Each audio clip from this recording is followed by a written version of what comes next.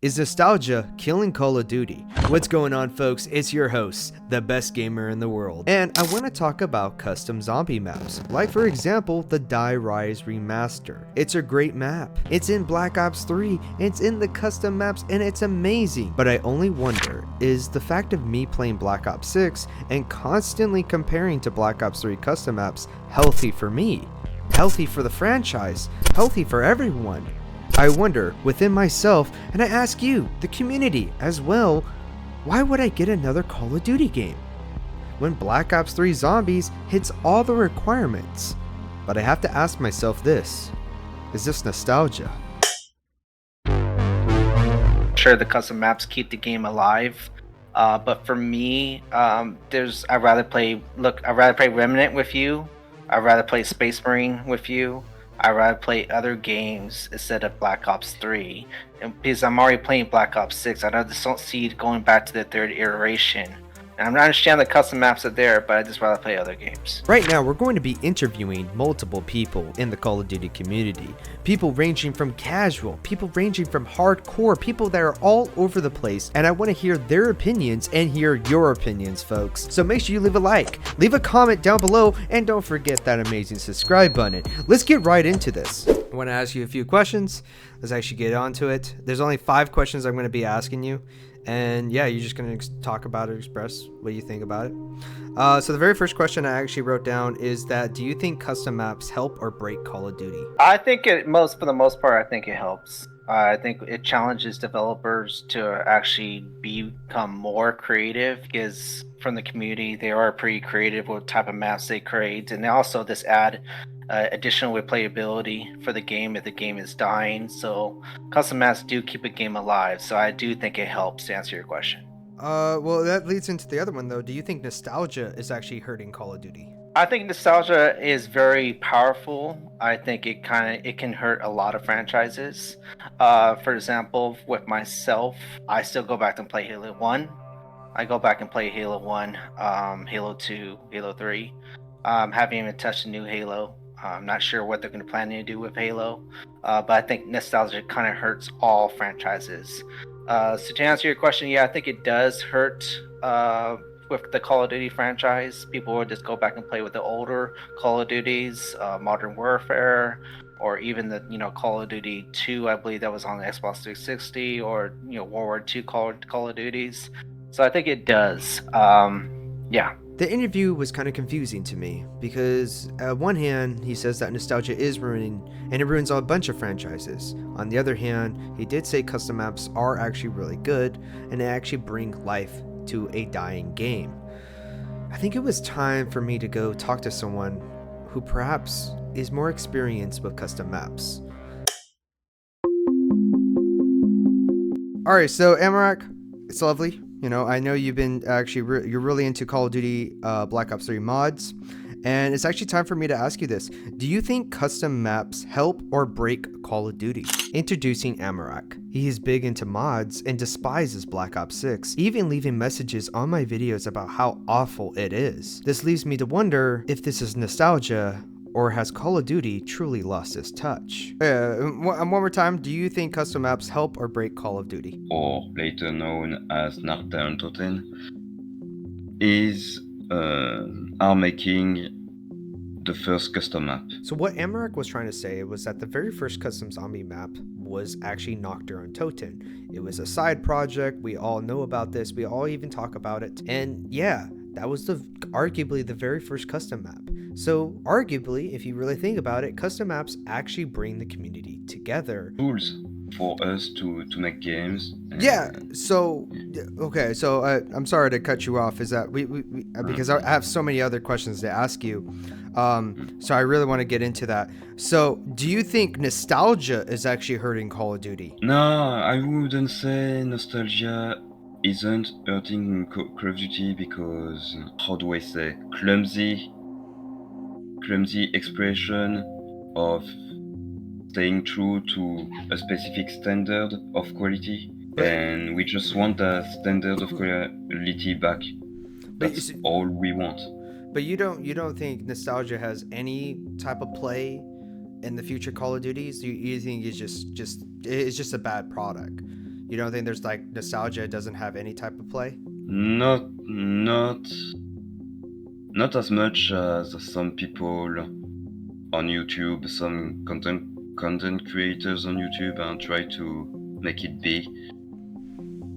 Okay, all right. Honestly. Okay.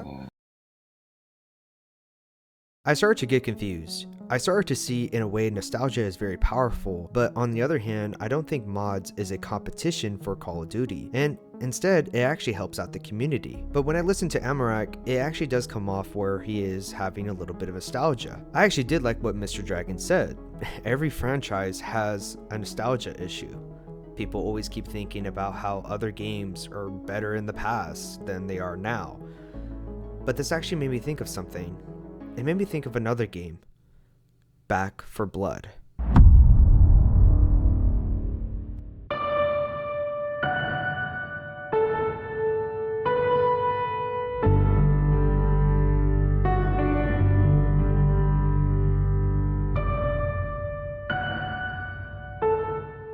For those that don't know, they try to sell this game like Left 4 Dead, and this comes back around. Was this nostalgia, or did they deserve this failure? Before the interview, Amarak even said the reason they fell was because of the lack of modding support. But is that really? Or nostalgia had something to do with it? This also goes back because there's actually a connection that I've been wanting to do, which is actually Call of Duty leading into Back 4 Blood, because a lot of people dislike for Back 4 Blood. And I was wondering, me and you, we played a lot of Back 4 Blood, and I was wondering, why do you think Back 4 Blood didn't do so well? We played it, and I love Back 4 Blood. And also when Left 4 Dead, I enjoyed Left 4 Dead. I think Back 4 Blood failed because with the card-based system, so that was a mechanism though into Back 4 Blood where you get these cards and you can upgrade your character, it changes your layout for that particular map that you're playing, etc. I think that was introducing something new. Maybe people were turned off by that. Maybe there's this this adding more, make it convoluted, if you will. And I do believe that nostalgia plays a huge part of it too as well for Back 4 Blood failing.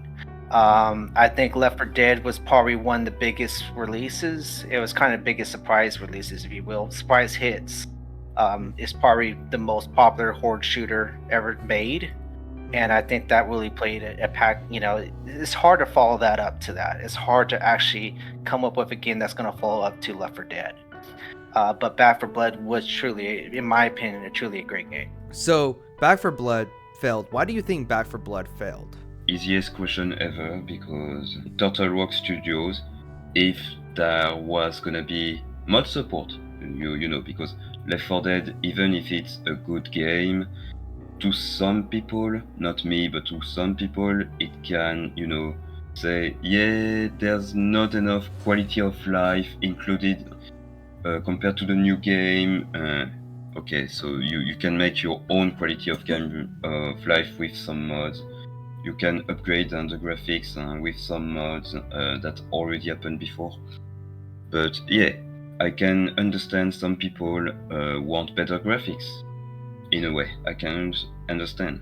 But was no mod support really the actual reason why Back 4 Blood failed? Was the new card system, for example, the main reason why it failed? Was it the combination of both, or was it nostalgia? One can say that nostalgia is actually destroying Call of Duty, but I think there's something else that people are not talking about. It's the monetization.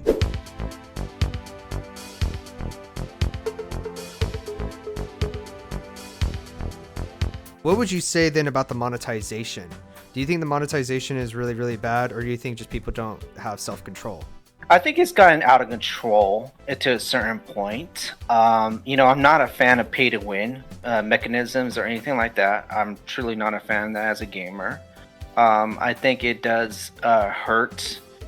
It kind of turns people off, if you will, from the player base that actually want to play the game because they feel like either the corporation is being greedy, that kind of just throwing out this $20 skin or $25 skin, or so it kind of provides that perception to your game is like, well, this company is just being greedy. I think willpower has something to do with it too as well. If it has no pay to win mechanisms, and then I think it's up to us as players or as consumers to actually not give into that. As they say, you just vote with your wallet. Yeah. So I would say it's kind of up for willpower to have really strong willpower not to purchase any of that stuff at all.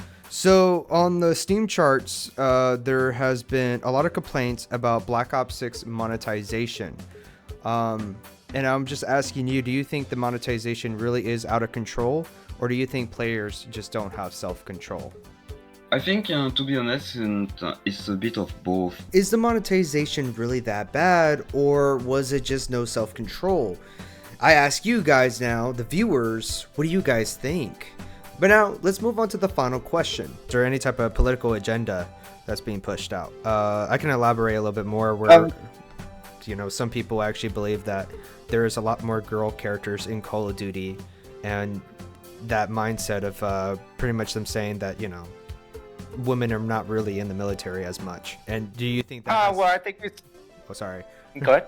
I was just going to say, like, do you think that has any type of effect, like any type of play into why Call of Duty is not doing as well as it used to back in the day?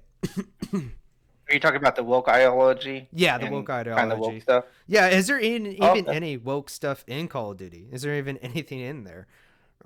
So for me, I think Call of Duty, for me, it kind of I guess, panders to everybody, really. Mm-hmm. And I understand there's some games that are way too left-leaning and with their woke ideas, etc. on that. For me, I don't see that with Call of Duty. I don't see it that there is very left-leaning.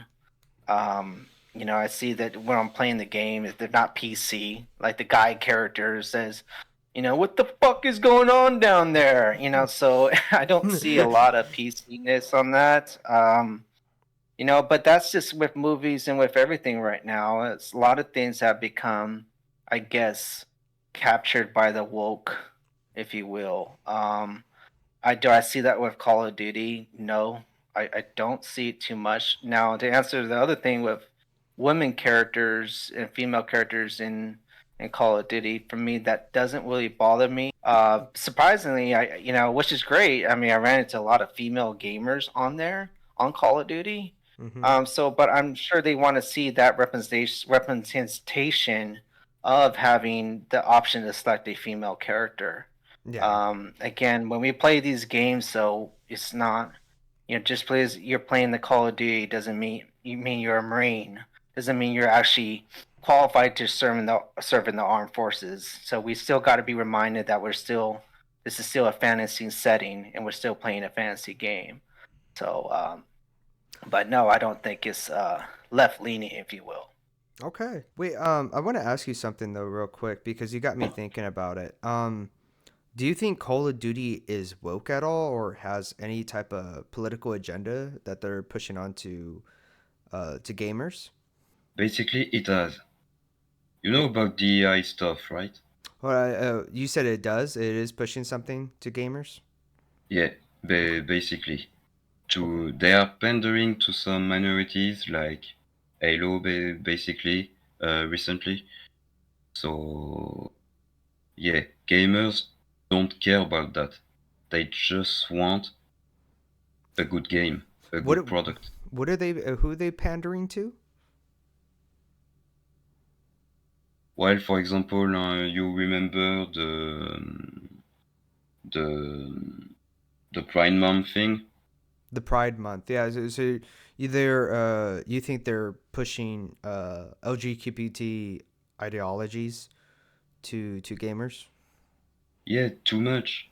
Too much. Well, folks, that's all the time that we have for today. Leave a comment down below about what you think, and while you're at it, why don't you leave a like, comment, and subscribe, and maybe consider joining my membership. Well, folks, the best gamer is signing off. Peace.